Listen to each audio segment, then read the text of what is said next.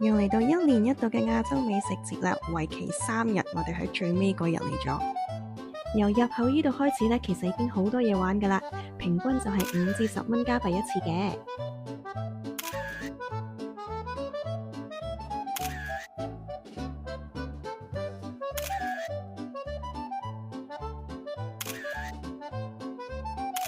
其實嚟到呢啲市集呢，最好就係因為佢有好多唔一樣嘅免費節目俾小朋友嘅，咁佢哋就一定唔會悶噶啦。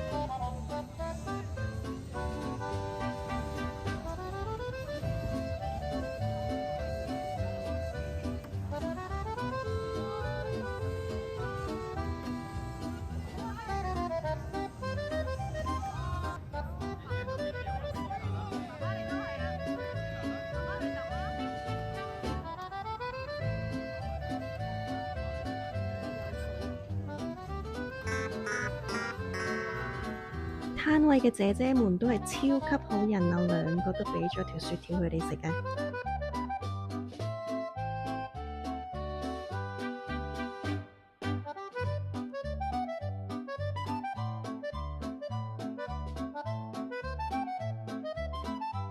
又再一次訂唔中都送俾佢。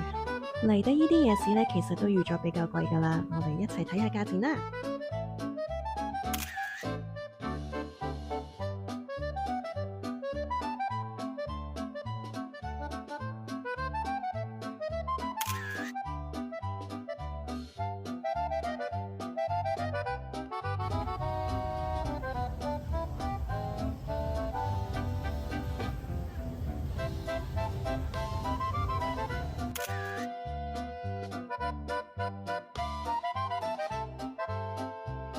真係有啲貴啊，影多兩張相啊！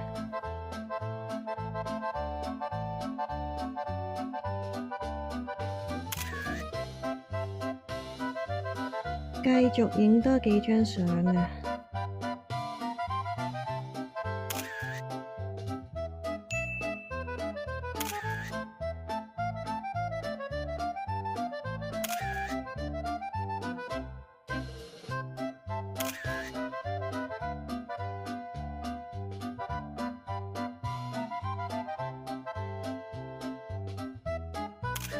有表演睇，但係我哋冇興趣。